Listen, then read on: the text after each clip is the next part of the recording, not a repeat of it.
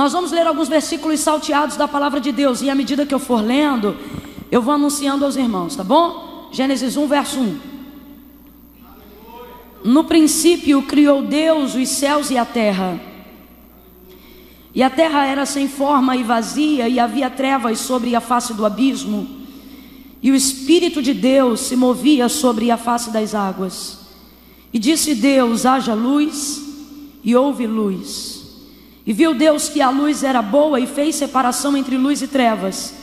Chamou Deus a luz dia, e as trevas chamou noite. E houve tarde e manhã do primeiro dia. E disse Deus: haja um firmamento no meio das águas, e haja separação entre águas e águas. Fez Deus o firmamento e a separação entre as águas que estavam debaixo do firmamento e as águas que estavam por cima do firmamento. E assim foi. Chamou Deus ao firmamento o céu, e houve tarde e manhã do segundo dia. Disse Deus: ajuntem-se as águas que estão debaixo do céu num só lugar, e apareça a porção seca, e assim foi. Chamou Deus a porção seca a terra, e ao ajuntamento das águas mares. E viu Deus que isso era bom. Complete aí para mim, por favor. E viu Deus que isso era. E viu Deus que isso era. Verso 12. A terra produziu ervas que davam semente conforme a sua espécie, e árvores que davam fruto conforme a sua espécie. E viu Deus que isso era. Vamos lá, igreja. E viu Deus que isso era. E houve tarde e manhã do terceiro dia. Verso 16. Fez Deus os dois grandes lumiares, o maior para iluminar o dia, e o lumiar menor para governar a noite. Fez também as estrelas, e Deus os pôs no firmamento do céu para iluminar a terra, para governar o dia e noite, para fazer separação entre luz e trevas. E viu Deus que isso era. E viu Deus que isso era. Houve tarde e manhã do quarto dia. Verso 21. Assim Deus criou os grandes lumiares, criou também as criaturas do mar e todos os seres viventes que se arrastam, os quais povoam as águas conforme as suas espécies, e a todas as aves que voam conforme a sua espécie. E viu Deus que isso era. E viu Deus que isso era. Verso 25. Deus fez os animais selvagens conforme a sua espécie, os animais domésticos conforme a sua espécie, e todos os répteis conforme a sua espécie. E viu Deus que isso era. E viu Deus que isso era. Verso 30 e 31. E a todos os animais da terra, e a todas as aves do céu, e a todos os seres viventes que se arrastam sobre a terra, tenho-vos dado toda a erva verde e todo o mantimento. E assim foi. E viu Deus que tudo quanto tinha feito era. Não. E viu Deus que tudo quanto tinha feito era. Isso. E viu Deus que tudo que. Não, completa comigo. E viu Deus que tudo. E viu Deus que tudo. Diga lá. E viu Deus que. E viu Deus que tudo quanto tinha feito era. No 3, você vai olhar para a pessoa que está ao seu lado e vai dizer para ela: vai ficar muito bom. Calma que eu não contei até 3 ainda. No 3, você vai olhar para ela, vai olhar para ele com fé e vai dizer para esta pessoa: vai ficar muito bom. Calma que eu não contei até 3. É 1, é 2, é 3, vai. Você acredita e recebe essa palavra?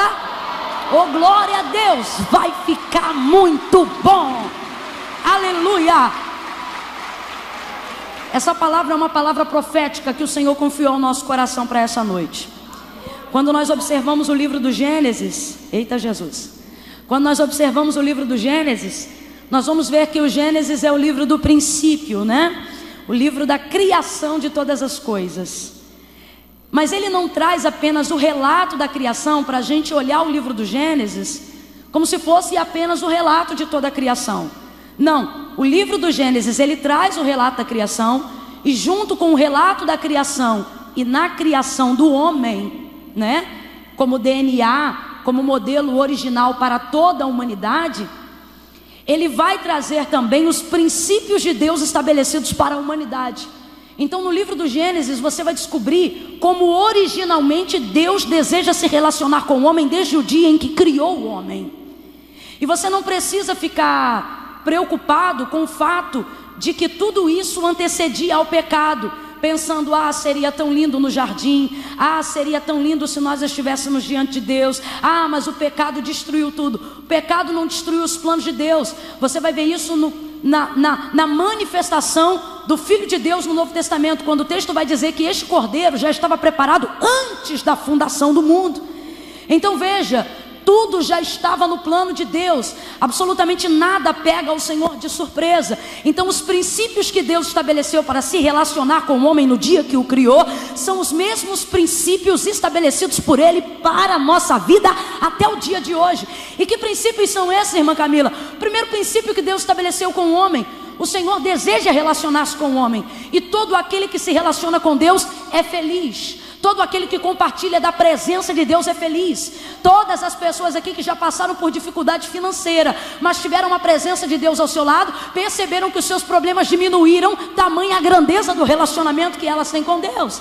Às vezes a gente chega num culto como esse, cheio de aflições, cheios de problemas na vida, e de repente ouve um hino que faz a gente se lembrar que esse Deus nos conhece, faz a gente se lembrar que Ele sabe onde a gente mora, sabe o que a gente passa, mora com a gente, pega ônibus com a gente, lava a louça com a gente, dirige o carro com a gente, vem para a igreja com a gente, volta com a gente, acorda com a gente, deita com a gente. Só não dorme, porque enquanto a gente dorme Ele fica velando o nosso sono, enquanto a gente está dormindo. Então esse princípio é um princípio estabelecido por Deus. Qual? Deus deseja relacionar-se com o homem. O jardim era apenas o cenário para que o Senhor fizesse isso. Agora veja, por causa do nosso erro, por causa do nosso pecado, nós fomos destituídos do Éden, mas o Senhor projetou um outro jardim para nós. Veja que paralelo interessante. Por causa desse pecado fomos destituídos do Éden, mas por causa do sangue de Jesus Cristo, a palavra de Deus vai dizer que no sepulcro a qual Jesus foi sepultado havia ali um jardim. Eu não sei se você está entendendo, mas é o caminho da restituição do Filho do Homem, para que nós possamos voltar a ter relacionamento com Deus. Eu estou fazendo esse paralelo porque eu não quero que você olhe o livro do Gênesis de maneira arcaica, achando que aquilo que o Senhor estabeleceu para nós no princípio foi passado por causa dos nossos erros. O nosso pecado não é maior do que o amor de Deus. É por isso que o próprio Senhor vai dizer: se teu coração te condena, maior é Deus do que o teu coração, porque aquilo que o Senhor estabeleceu para nós, assim é. E Deus estabeleceu um princípio no dia que criou o homem: relacionamento entre Ele e a humanidade, entre o homem e Ele. Agora, não é um relacionamento qualquer, não é um coleguismo, não é uma amizade superficial. Eu estou falando de uma aliança permanente, duradoura e insubstituível. Você pode ter nascido do ventre de alguém que não te educou direito. Você pode ter nascido dentro de uma casa onde você não se sentiu tão bem afagado. Talvez nós estejamos aqui diante de pessoas que foram abusadas na sua infância, outras que reconhecem que não tiveram sobre a sua vida a maternidade devida, a paternidade devida, e você pensa: aonde o relacionamento de Deus se encaixa, haja vista que eu vivi dessa maneira, ou que eu fui pobre, ou que eu passei fome, ou que eu vivi isso ou aquilo. Ei, o Senhor está dizendo: não importa na tutela de quem você ficou, você pertence ao Criador. Você pertence ao Criador. O ateu que não acredita em Deus pertence ao Criador. E dentro dessa criação, o primeiro princípio estabelecido por Deus é para que nós nos relacionemos com Ele. E aí Ele vai fazer tudo para que esse princípio não seja quebrado. Por isso, no Filho, nós vivemos a restituição desse relacionamento, para que ele não seja quebrado e para que ele não seja na dependência de outra pessoa, mas seja um relacionamento direto. Porque afinal, que filho precisa de assessoria para falar com seu próprio pai? Então Jesus restitui isso em nós. Quando nós vamos olhar o livro do Gênesis, vamos ver o relato de toda a criação e vamos ver o segundo princípio estabelecido por Deus: tudo que existe e há é sustentado e se mantém de pé pelo poder da sua palavra. Daí então nós precisamos começar a entender que para vivermos a plenitude, a felicidade, o relacionamento de tudo aquilo que o Senhor nos confiou, nós precisamos entender que a manifestação do poder de Deus se revela pela sua palavra. Quando João vai relatar a manifestação do Filho no seu Evangelho, capítulo de número 1, ele vai dizer assim: no princípio era o verbo. Por quê? Porque o Filho estava com ele no princípio, antes de todas as coisas. Então João não vai gastar tempo da sua escrita para falar o nome do pai de Jesus, o nome da mãe de Jesus, não. Ele já vai direto no ponto lá do princípio. Ele vai dizer assim: no princípio era o verbo. Verbo é o quê? Palavra. Completa para mim. Verbo é o quê? Vamos embora, sem preguiça. Verbo é o quê?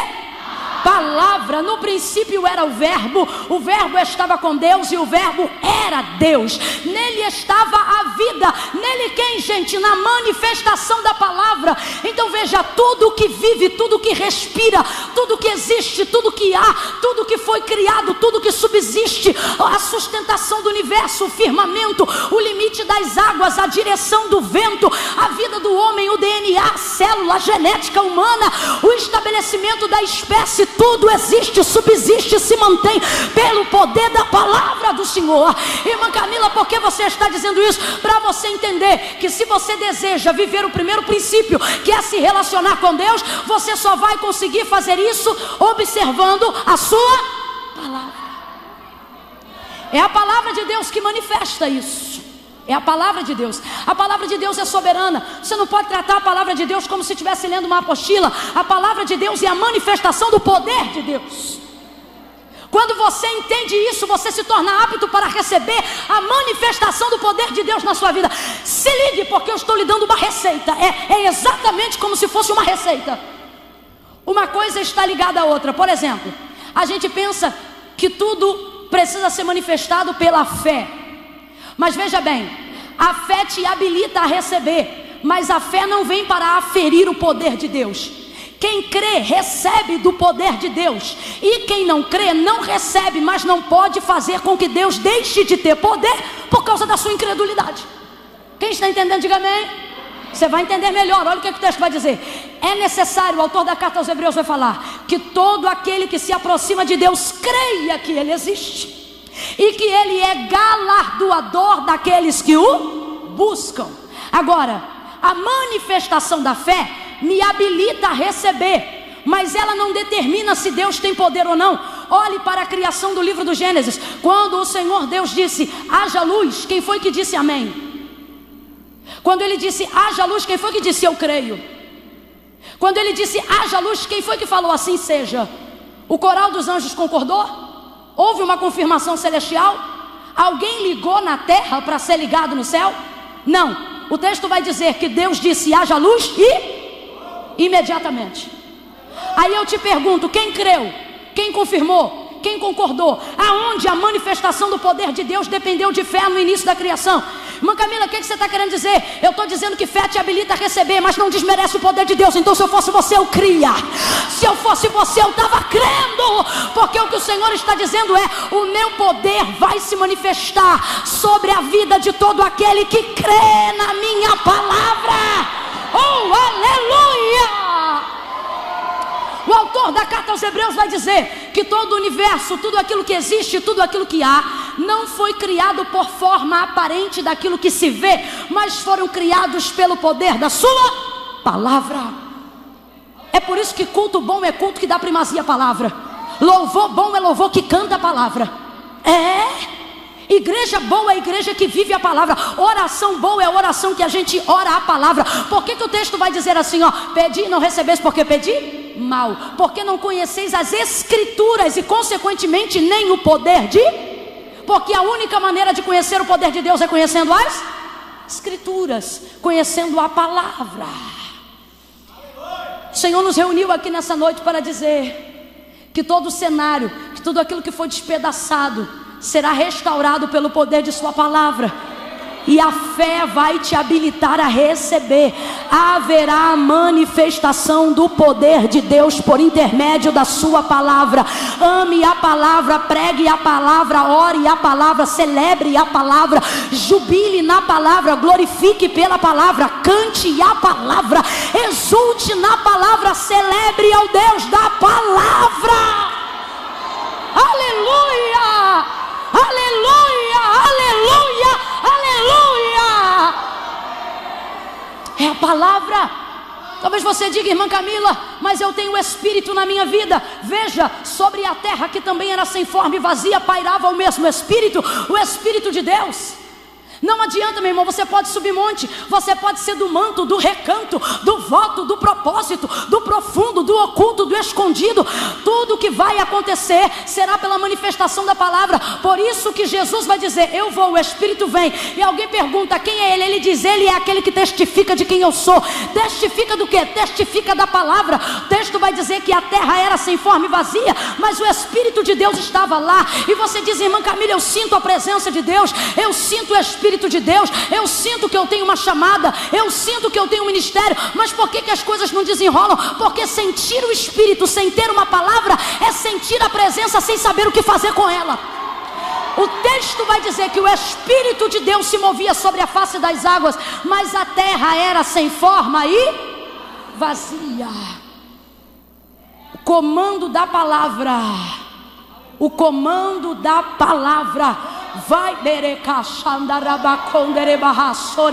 Eu não sei se você está entendendo, mas eu creio que você vai entender. O Senhor te trouxe aqui para dizer, a minha palavra vai colocar em ordem o caos da tua vida. A minha palavra vai colocar em ordem a bagunça da sua vida. Que bagunça, irmã Camila? Tem áreas da sua vida que estão sem forma e vazia. Tem áreas da sua vida que o seu relacionamento com Deus não alcança.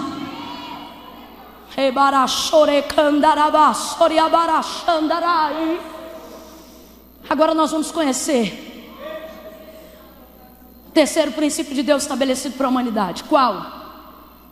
Deus quer que nós sejamos plenos. Deus não te fez para ser mais ou menos. Deus não te fez para cantar mais ou menos. Deus não te fez para pregar mais ou menos. Deus não te fez para orar mais ou menos. Deus não te fez para adorar mais ou menos. Desculpa a expressão, mas Deus não te criou para você viver a vida de maneira medíocre. Deus não te chamou para ser mediano. Deus te criou para você ser um sucesso. Deus te criou para você ser uma referência. Deus te criou para você ser a melhor versão inédita de você mesmo. Deus te criou para romper o seu potencial. Deus não te criou para atender expectativas humanas. Deus te criou para você atender propósitos divinos. Deus te criou para te levar além. Para te levar além. Deus vai criar tudo o que existe e o que há pelo poder de sua palavra. O arquiteto perfeito do universo está trabalhando. Completa aí para mim. O arquiteto perfeito do universo está? Ele está trabalhando. Agora eu te pergunto, o Deus que vai usar o que nós chamamos de tempo de 7 dias para criar os céus e a terra, tudo que existe e tudo que há, teria poder para criar tudo de uma vez só? Sim ou não? Sim ou não? Mas Ele não fez, porque Deus é coerente.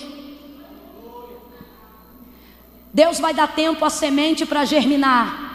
Deus vai dar tempo para o vapor da terra subir e regar a terra. Deus vai permitir com que as espécies evoluam segundo a sua espécie. Deus vai determinar o limite das águas e vai permitir com que as espécies que povoam os mares vivam dentro desse tempo. Veja, dentro do tempo de cada dia da etapa da criação. Eu estou falando do Deus que está trabalhando. O texto vai dizer que Ele vai emitir uma palavra de juízo sobre aquilo que Ele acabou de fazer. E só Deus pode fazer isso do jeito que Ele faz. Ninguém aqui pode fazer uma coisa e fazer o que Deus faz sem parecer arrogante. Deus no primeiro dia cria uma coisa, no segundo dia cria outra coisa, e do terceiro dia em diante, quando as coisas começam a tomar uma forma mais aparente, Ele começa a emitir uma determinação sobre aquilo que Ele criou, e sem nenhuma modéstia Ele vai dizer, isso é bom. E não é que Ele é arrogante, é que Ele é Deus mesmo. E tudo que Deus faz tudo que Deus faz é bom. Deus vai criando e vai terminando cada dia da etapa da criação, e você foi lendo comigo. À medida que Deus vai terminando, houve tarde e manhã do terceiro dia, e viu Deus que isso era. Houve tarde e manhã do quinto dia, e viu Deus que isso era. Houve tarde e manhã do sexto dia, e viu Deus que isso era. Nós vamos ler aproximadamente, deixa eu me contar aqui, 1, 2, 3, 4, 5 vezes. Para cada dia da etapa da criação, Deus vai emitir o seu juízo sobre aquilo, e Ele vai dizer: é bom, é bom, é bom. E Ele continua trabalhando, e à medida que Ele vai trabalhando, Ele continua dizendo: bom, bom, bom. Ainda não concluiu, mas Ele já está dizendo que o que está sendo feito é. Deus não faz aquilo que é mal, porque Ele não pode. Porque tudo que Deus faz é bom, porque não pode negar a sua natureza. E a natureza não seria bom, porque a natureza é criada. Ele não pode negar a sua essência divina. E acerca da essência divina de Deus, nós sabemos que Deus é bom. Então, se Deus é bom, tudo que Deus faz é bom. Ao término de cada etapa, bom, bom, bom, bom, bom, bom. Tudo isso pelo poder de sua palavra. Espécies, sementes, sol, lua, estrelas, céu, terra. E as coisas estão acontecendo pelo poder de sua palavra. E quando elas vão sendo concluídas, Ele vai dizendo: bom, bom, bom. Irmã Camila, o que isso tem a ver com a minha vida? Tudo. Porque Deus está trabalhando, mas você só tem condições de ver a conclusão das coisas. Você não consegue discernir enquanto Deus trabalha. É como entrar numa casa que está em alvenaria ainda. É como entrar em uma casa que ainda não está em fase de acabamento. Coloque uma mulher dentro de uma casa que ainda não está acabada, e ela fica agoniada. Por quê? Porque a gente só tem satisfação plena no acabamento. A gente não consegue se alegrar plenamente no andamento da obra. Porque o andamento da obra para nós é um caos. É poeira, é massa, é cimento, é alergia atacada. Só que as coisas estão em andamento. E tem gente que entrou aqui desesperado e está dizendo: meu Deus, minha vida está um caos. E o Senhor está dizendo: eu estou trabalhando. E você diz: que prova? E o Senhor diz: bom, bom, bom. Você diz: eu estou desesperado, eu estou desesperada. E o Senhor está dizendo: está ficando bom, está ficando bom, está ficando bom. Você diz: que processo? E o Senhor está dizendo: eu estou concluindo cada etapa. Agora veja, ao término de cada etapa, a conclusão de Deus sobre cada etapa é que aquilo é bom. Mas isso é só enquanto Ele está trabalhando. Quando chega no sexto e último dia, que antecede o sétimo do descanso, o texto então vai dizer: e viu Deus que tudo quanto fizera. Aí eu não estou falando de parte, eu estou falando de... Vambora, gente, eu estou falando de... Estou falando de tudo. Quando Ele termina tudo, Ele não vai dizer que é bom. Você falou comigo o hiperlativo. Aí Ele vai dizer o quê? E viu Deus que é tudo, não é mais parte. Não é primeiro dia, não é segundo dia, não é terceiro, não é quarto, não é quinto, é sexto. É término, é acabamento, é conclusão, é coroa da criação, é término, é processo final. Ou melhor, não é mais processo, é encerramento do processo. Aí Ele vai dizer: e viu Deus que é tudo. Completa para mim com força. E viu Deus que... E viu Deus que tudo quanto fizera era... Pega na mão dessa pessoa, segura na mão dela, vai. Segura com fé, vai, seja um instrumento. Diga para essa pessoa no 3, eu vou contar até 3, você vai dizer assim: calma, ainda não acabou. Vamos lá? 1, 2, 3, vai. Não, você não está entendendo a luta de quem entrou aqui não. Você vai gritar para ele, você vai dizer: calma, Deus ainda não acabou. Vamos lá? 1, 2, 3, vai. O Senhor está dizendo: ei, você não está vendo o meu trabalhar porque você está no processo.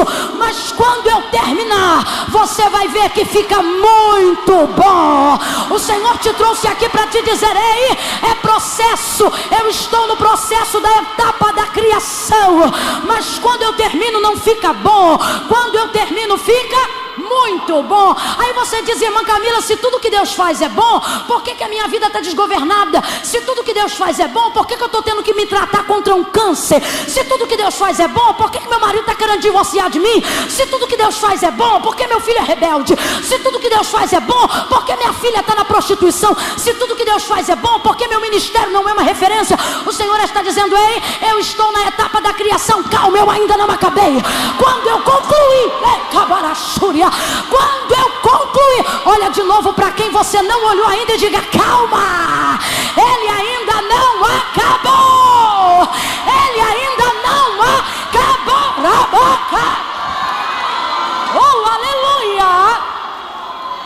Eu me lembro que quando eu era menina, que a gente ia para a escola, vez ou outra aparecia uma menina que tinha uma condição melhor, um tênis melhor, uma mochila melhor, e esse pessoal tirava uma farinha terrível com a nossa cara, porque crianças podem ser muito cruéis. E eu me lembro que a gente não tinha o que dizer, menos ainda o que mostrar, e normalmente as crianças daquela época reagiam assim.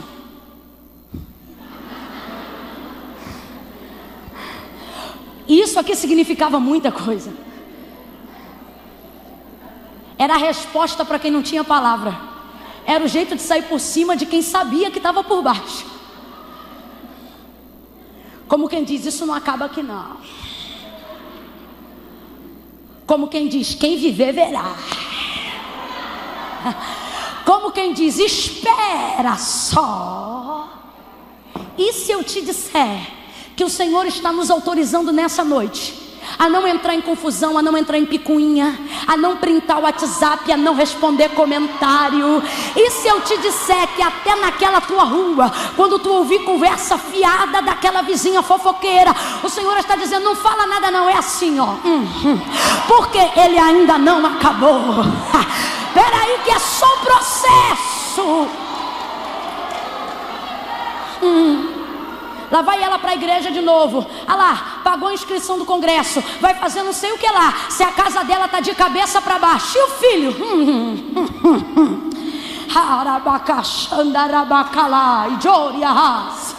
Calma, Deus ainda não acabou. Você não sabe, mas todo esse processo está bom. Não está bom para você, mas para Deus está. A sua incapacidade de ver a conclusão te faz achar que tudo isso é uma desgraça. Só que tudo isso está no processo da criação. Tudo isso está no processo da sua experiência, da sua maturidade. Mas quando Deus termina, fica muito bom. Porém, o capítulo 2 do livro do Gênesis, no verso 18... Deus vai se revelar mais uma vez depois de ter criado o homem com a sua palavra. E é a primeira vez dentro do livro do Gênesis, depois de criar, e o Senhor dizer que tudo é bom, e a gente sabe que tudo que Ele faz é bom. O salmista Davi vai falar sobre essa característica inerente de Deus no Salmo de número 136. Ele vai constituir um salmo de mais de 20 estrofes, e ele vai dizer, adorai ao Senhor porque Ele é bom e a sua benignidade dura para sempre. Aquele que abriu o mar vermelho porque é bom e a sua benignidade dura para sempre. Não tem refrão, todas as estrofes apontam esse como refrão: o Senhor é bom e a sua benignidade dura para sempre. Só que no verso 18 do capítulo 2, você vai ver o Deus da criação, depois de ter criado o homem, olhando para ele e dizendo: e disse o Senhor Deus, não é bom que o homem esteja só. Não é bom. Mas peraí, quem criou o homem primeiro para só depois decidir criar a mulher? Deus. Não tenha medo. Então, se o homem agora está vivendo uma circunstância desfavorável, quem é o responsável por isso? Vamos lá, não tenha medo. Quem é? Veja, eu não estou dizendo culpado, eu estou dizendo responsável. Quem é o responsável? Deus tinha poder para criar os dois juntos? Sim ou não? Mas Ele não cria. Veja, tudo que Deus te promete, tudo que Deus tem para fazer na nossa vida, Ele tem poder para cumprir enquanto Ele fala. Mas Deus encaixa a gente no processo do tempo, porque quem não tem condições de receber tudo de uma vez é a gente. Então preste atenção. Deus agora vai manifestar a sua palavra, e o juízo que Ele traz sobre a condição que Ele deixou o homem é dizer que não é boa. Mas quem deixou o homem nessa condição foi Ele mesmo. E disse o Senhor Deus: não é bom que o homem esteja só.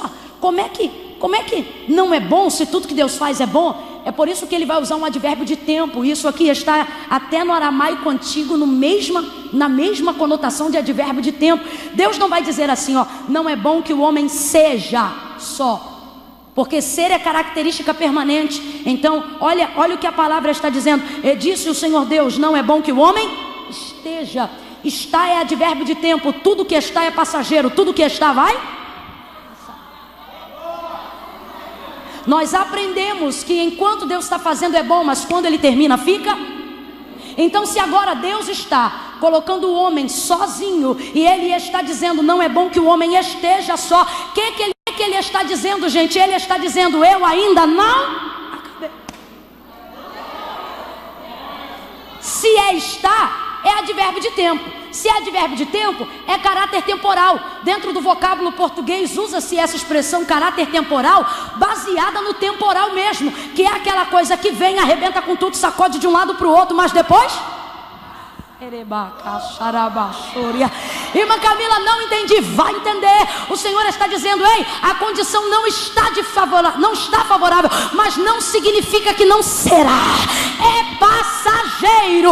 Esta condição desfavorável vai, esta solidão vai, essa tristeza vai. Você está no caminho do centro da vontade de Deus, e Deus vai se responsabilizar por tudo que te acontecer nesse caminho.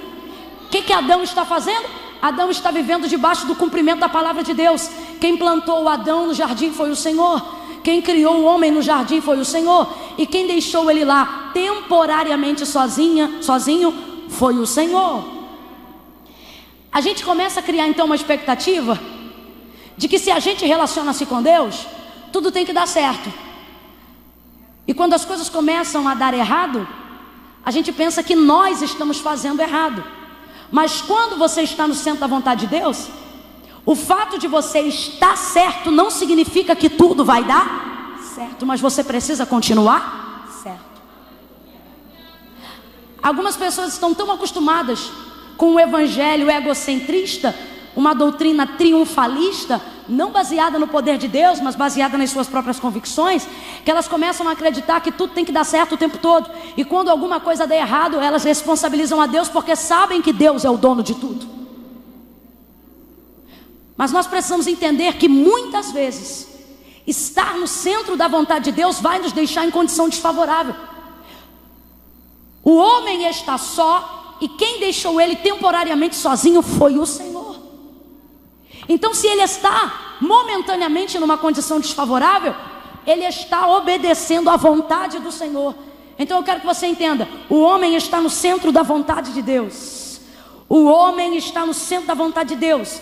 E para ficar no centro da vontade de Deus, ele vai ter que viver temporariamente uma situação desfavorável, que é o fato de estar só. A Bíblia diz que todavia se procurava alguém que lhe fosse igual, mas não achava. Quem é que procurava? Deus? Agora Deus não sabe o que criou? Claro que não, quem procurava era Ele. Ele procurava alguém, mas não achava. E não achava por quê? Porque aquilo que Deus tinha para ele não estava na horizontal, ia vir da vertical. Deus ia fazer, Deus ia trazer. Mas até que isso acontecesse, ele precisava resistir à condição desfavorável. Para quê? Para não sair do centro da vontade de Deus. Eu vou falar bem rasgado, que é para todo mundo entender. Gente, a gente precisa parar com essa mania de achar que está tudo errado quando as coisas dão errado. Ele está no centro da vontade de Deus, mas a condição não está favorável. E vai ver, não está favorável justamente porque ele está no centro da vontade de Deus. Porque se ele estivesse na vontade da carne, ele já tinha dado um jeito de aliviar-se no prazer. Ele já tinha dado um jeito de buscar aquilo que ele deseja. Às vezes a condição está desfavorável, não é porque a gente é incrédulo, não. Às vezes a condição fica desfavorável porque a gente decide obedecer. Tem gente aqui que a condição só está desfavorável porque não sentou no colo do chefe. Porque se tivesse sentado no colo do chefe, já tinha sido promovida. Tem gente aqui que a condição só está desfavorável porque decidiu ser um policial direito. Porque se fosse corrupto, já tinha mudado de carro, já tinha mudado de casa, já tinha mudado de vida. Tem gente que está aqui, que só está esperando no Senhor o cumprimento de uma promessa, porque decidiu obedecer a Deus. Porque se fosse vendido, já tinha pedido para os outros, já tinha arrumado patrocínio, já tinha ido para a cama com quem não devia, tudo para ter algum status, tudo para ter alguma mídia. Aí o Senhor te traz aqui nessa noite para te dizer: calma, porque quando você estiver no centro da minha vontade, se a condição estiver desfavorável, eu me responsabilizo. O que Deus está dizendo? Essa é a grande diferença em estar no centro da vontade de Deus, mesmo quando a coisa fica ruim. A coisa não está boa, e quem está dizendo isso não sou eu, quem está dizendo isso é Deus. Rapaz, quando você pensa que uma coisa está ruim, Deus já está trabalhando na solução. Sabe essas lágrimas que você está chorando? Elas são atrasadas.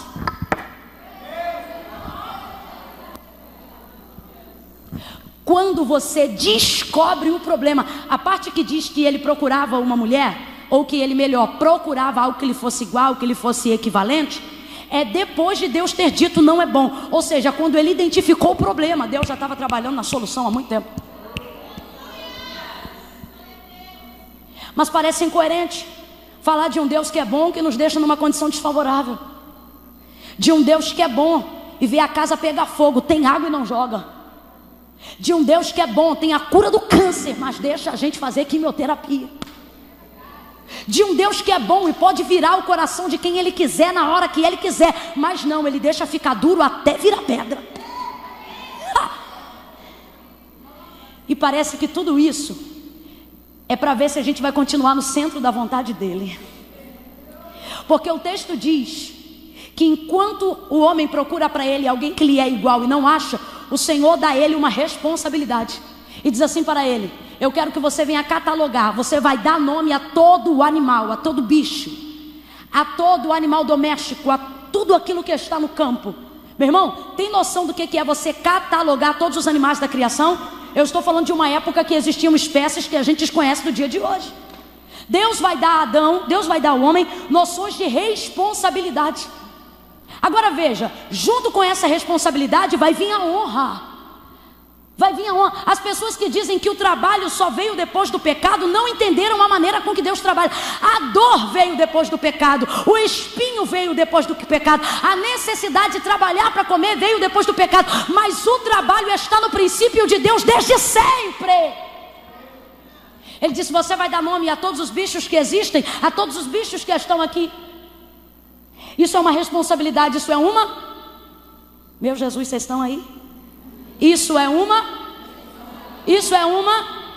Tem um pessoal lá de trás que está com uma preguiça que vai sair. Isso é uma responsabilidade. Então o Senhor Deus fez. Não dormiu porque quis. O Senhor Deus anestesiou o camarada.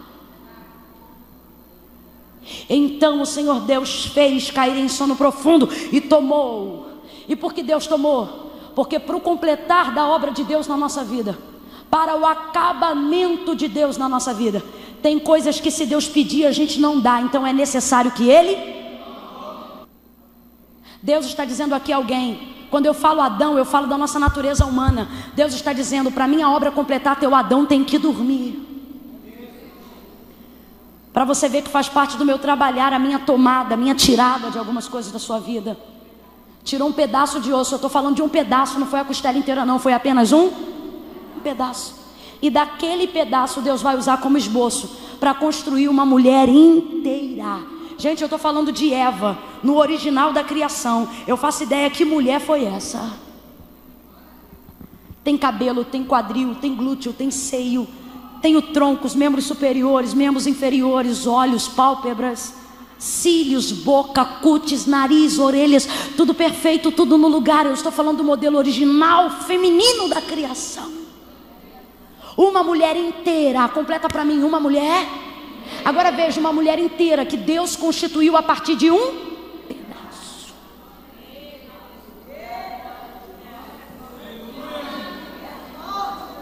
E você está vendo Deus tomar coisas de você e está fazendo pirraça, está fazendo um escândalo.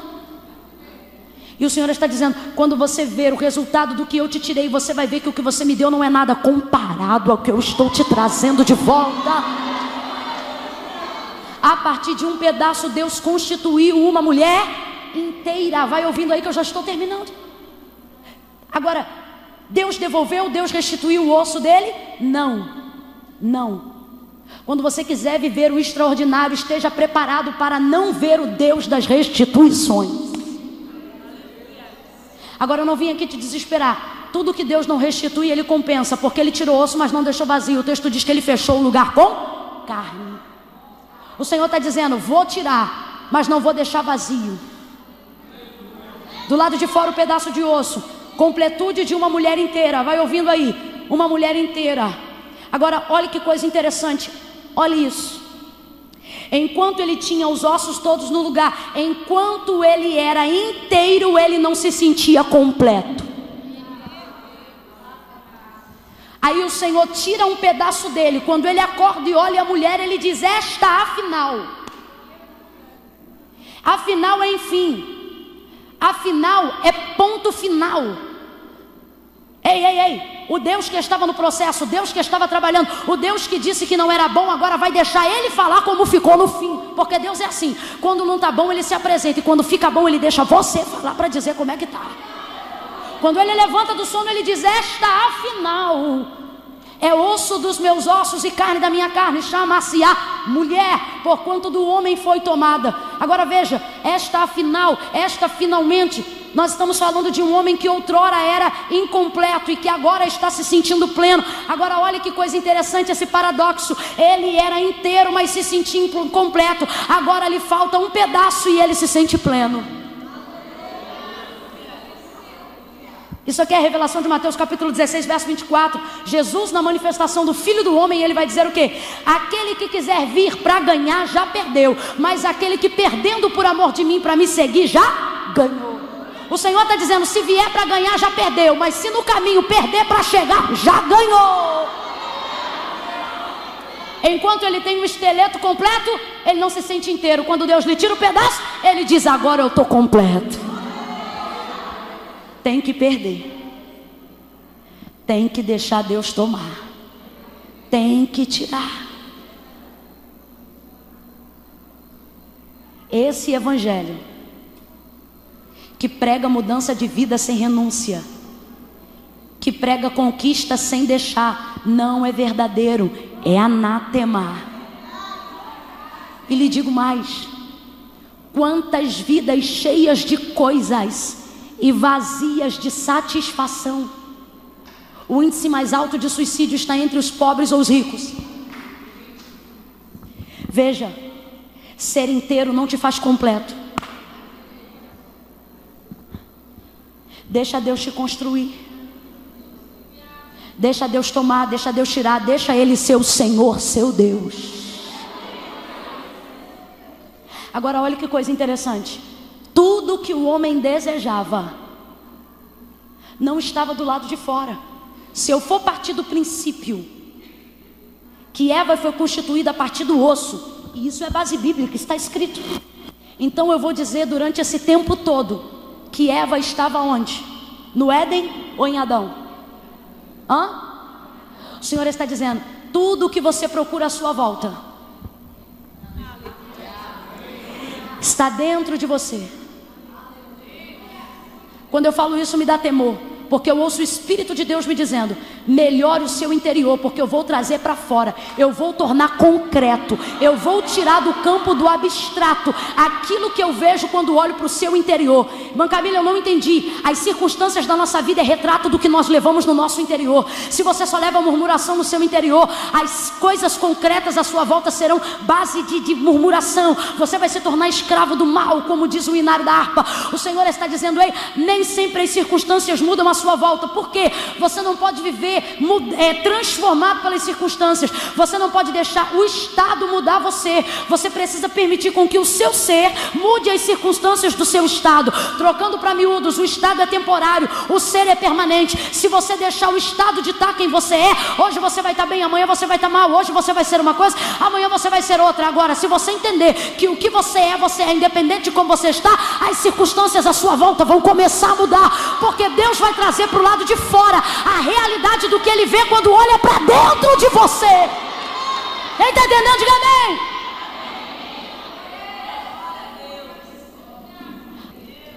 Só quem entendeu a palavra, e enquanto eu pregava, o Espírito de Deus confirmava e te convencia, dizendo: ei, você precisa descansar em mim. Você precisa ocupar o seu tempo mais com as minhas coisas. Primeiro o reino do céu e a sua justiça, e estas coisas serão acrescentadas. E por fim, você precisa parar de se queixar enquanto eu tomo, entendendo que o que eu tenho para te dar é maior do que o que eu tirei de você. Quem entendeu isso, bota a Bíblia na cadeira, fica de pé num salto de glória. Oh, aleluia. Emily, sem querer gastar muito você, mas será que ainda tem um refrão? Ainda tem alguma coisa? Alguma coisa. Oh, aleluia. Deixa eu falar uma coisa muito séria aqui. Aleluia. Aleluia. O Senhor está dizendo: como no princípio, eu continuo querendo me relacionar com você. Como no princípio, eu quero ocupar você com as minhas coisas. Como no princípio, eu quero te honrar com as minhas responsabilidades. Quando a mulher estava criada, olhe para cá, ele olhou para ela e disse assim: chama-se-á mulher, porque do homem foi tomada. Agora eu te pergunto, Deus mandou ele dar nome para ela?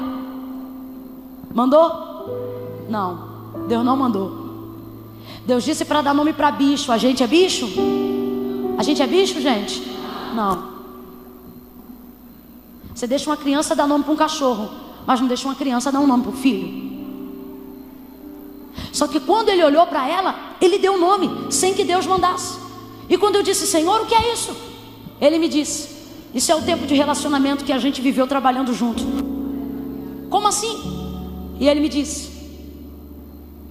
ele passou esse tempo todo, e eu não sei quanto tempo, mas houve um tempo dando nome para os bichos. E o que é isso? Ele estava obedecendo o que Deus estava mandando, porque quem mandou ele fazer isso foi o Senhor. Aí o Espírito de Deus falou comigo, e quem tem ouvidos ouça o que o Espírito diz à igreja.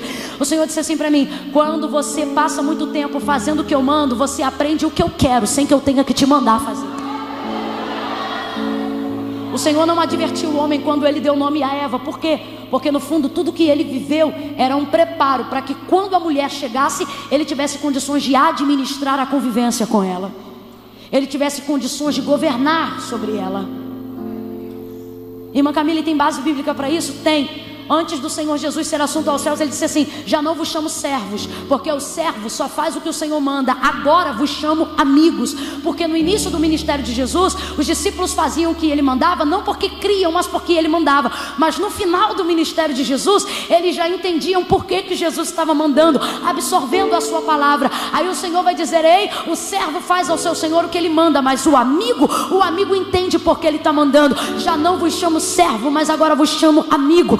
O que Deus está fazendo? Deus nos trouxe aqui para dizer: eu não quero que você seja meu funcionário, eu quero que você volte a ser o meu amigo. Eu quero que você entenda as minhas intenções. Eu quero que você aprenda o que eu quero fazer, sem que eu tenha que impor, sem que eu tenha que te mandar. Eu tenho amigas à minha volta que conhecem o meu olhar. Eu convivo ao lado de gente que sabe quando eu quero beber água sem pedir. Isso não se desenvolve da noite para o dia, é convivência. O Senhor está dizendo: vamos melhorar o nosso relacionamento em 2018 para você parar de ser meu funcionário e virar meu amigo. Para você parar de ter que ser empurrada, de ter que ser empurrado. Para você saber o que é ter uma vida plena. para você entender que todos os seus relacionamentos vão bem quando você aprender a se relacionar comigo.